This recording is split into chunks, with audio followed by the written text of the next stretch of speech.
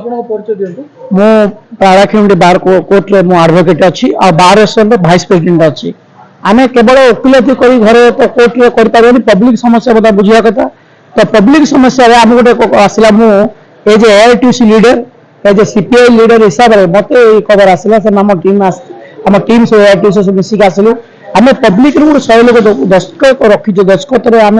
पहलू स्थानीय जिलापाल मिसिलु। जिला बहुत समय कथा बहुत आम भल ये देले मैंने बहुत कथबार्ता बहुत ग्रहण कले। यहाँ आम निजर समस्या ना मद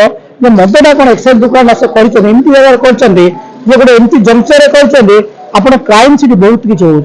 आप बहुत दिन पर एसिड अटैक होता से पाखे से जंगम चाटा होता आडभोकेट ये होता जहाँ द्वारा से गोटे गली भाव देखा जो गली द्वारा से आउ भी गोटे मद दुकान अच्छे से पाखे मद दुकान गोटे आपन को कहले विश्वास करेंगे मद पीवा द्वारा आप से एरिया एत गोटे प्रदूषण हो जाए लोक राति गले डर सन्या मंदिर मर्डर होती जगन्नाथ मंदिर से पाखे राधाकृष्ण मंदिर से गोटे जगह आप सन्या पब्लिक गले डरुंच कौन से कौन तो मद पी बोतल जाके रोड पर पड़ी था सब बोतल बोतल से बाहर पड़ी था।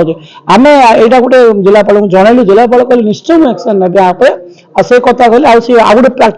आउ गोटे मद दुकान जंगम साई सिनेमा हॉल पाखे से से प्रकार गहली एत मद दुकान खोलते सरकार लोक कौन करने चाहते सरकार आम मत बुझीपारनु एत मद दुकान खोलिया द्वारा जो खोलुच्च मद कौन टाँगे देखिए कौन बाड़े देखिए करेंगे आम किसी कहना कमेंट कर आम एक्साइज दूसु आम रेवेन्यू कोर्ट आसो कि प्रकृत लोक जमी असुविधा है आज दस्तखत 100 लोक दस्तखत अभियान कर